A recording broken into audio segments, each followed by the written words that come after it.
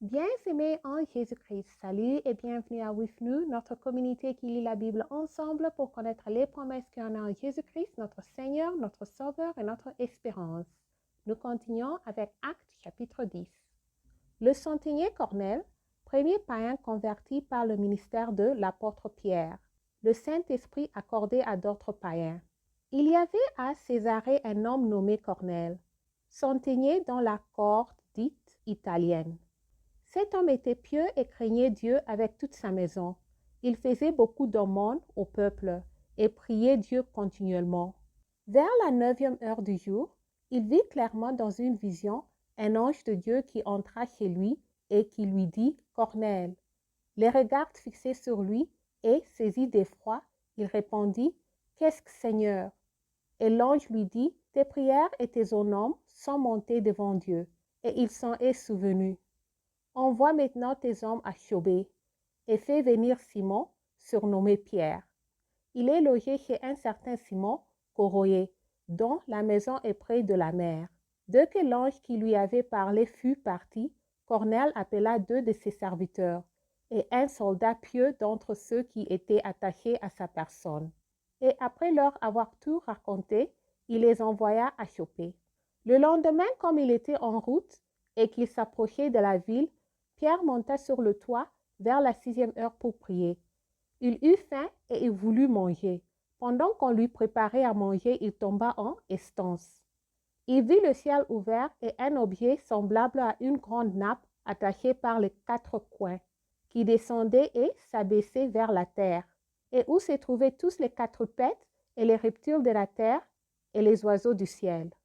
Et une voix lui dit, « Lève-toi, Pierre, tue et mange. » Mais Pierre dit, « Non, Seigneur, car je n'ai jamais rien mangé de souillé ni d'impur. » Et pour la seconde fois, la voix se fit encore entendre à lui. « Ce que Dieu a déclaré pur, ne le regarde pas comme souillé. » Cela arriva jusque 3 fois, et aussitôt après, l'objet fut retiré dans le ciel.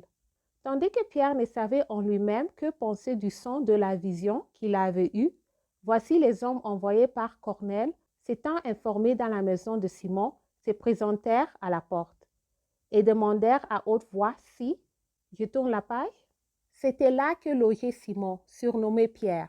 Et quand Pierre était à réfléchir sur la vision, l'Esprit lui dit, « Voici 3 hommes te demandent. Lève-toi, descends et pars avec eux sans hésiter, car c'est moi qui les ai envoyés. » Pierre donc descendit et il dit à ces hommes, « Voici, je suis celui que vous cherchez.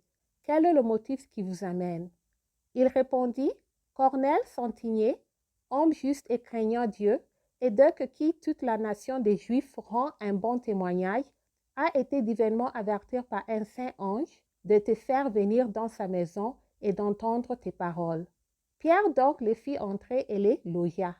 Le lendemain, il s'éleva et partit avec eux. Quelques-uns des frères de Chopé l'accompagnèrent. Ils s'arrivèrent à Césarée le jour suivant. Corneille les attendait et avait invité ses parents et ses amis intimes. Lorsque Pierre entra, Corneille, qui était allé au-devant de lui, tomba à ses pieds et se prosterna. Mais Pierre le releva en disant, « Lève-toi, moi aussi je suis un homme. » Amen.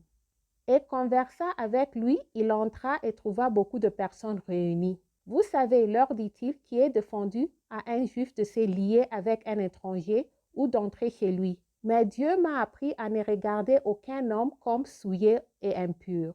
C'est pourquoi je n'ai pas eu d'objection à venir, puisque vous m'avez appelé.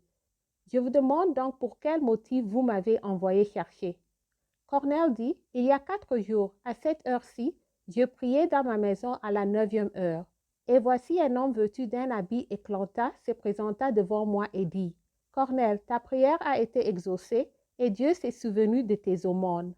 Envoie donc à Chopé et faire venir Simon surnommé Pierre. Il est logé dans la maison de Simon, Coroyeux près de la mer. Aussitôt j'ai envoyé vers toi et tu as bien fait de venir. Maintenant donc nous sommes tous devant Dieu pour entendre tout ce que le Seigneur t'a ordonné de nous dire. » Alors Pierre ouvra la bouche, dit, « En vérité, je reconnais que Dieu ne fait point exception de personne.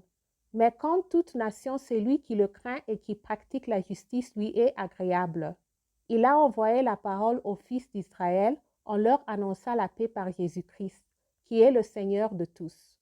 Amen. Vous savez ce qui est arrivé dans toute la Judée, après avoir commencé en Galilée à la suite du baptême que Jean a prêché. Vous savez comment Dieu a oint du Saint-Esprit et de force Jésus de Nazareth, qui allait de lieu à lieu, faisant du bien et guérissant tous ceux qui étaient sous l'empire du diable, car Dieu était avec lui. Nous sommes témoins de tout ce qu'il a fait dans le pays de Juifs et à Jérusalem. Ils l'ont tué en le pendant au bois.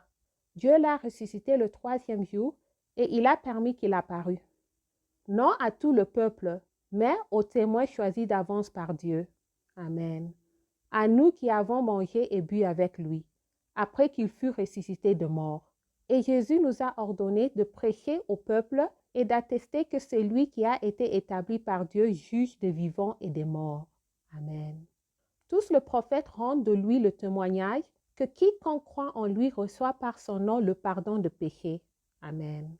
Quand Pierre prononçait encore ces mots, le Saint-Esprit descendit sur tous ceux qui écoutaient la parole. Tous les fidèles circoncis qui étaient venus avec Pierre furent étonnés de ce que le don du Saint-Esprit était aussi répandu sur les païens, car ils entendaient parler en langue et glorifier Dieu. Amen.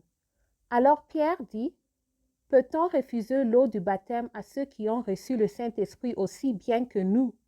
Et il ordonna qu'ils fussent baptisés au nom du Seigneur, sur quoi ils prièrent de rester quelques jours auprès d'eux. Amen. Merci d'avoir lu ensemble. J'améliore mon français en lisant la Bible. Restez en Jésus-Christ et shalom.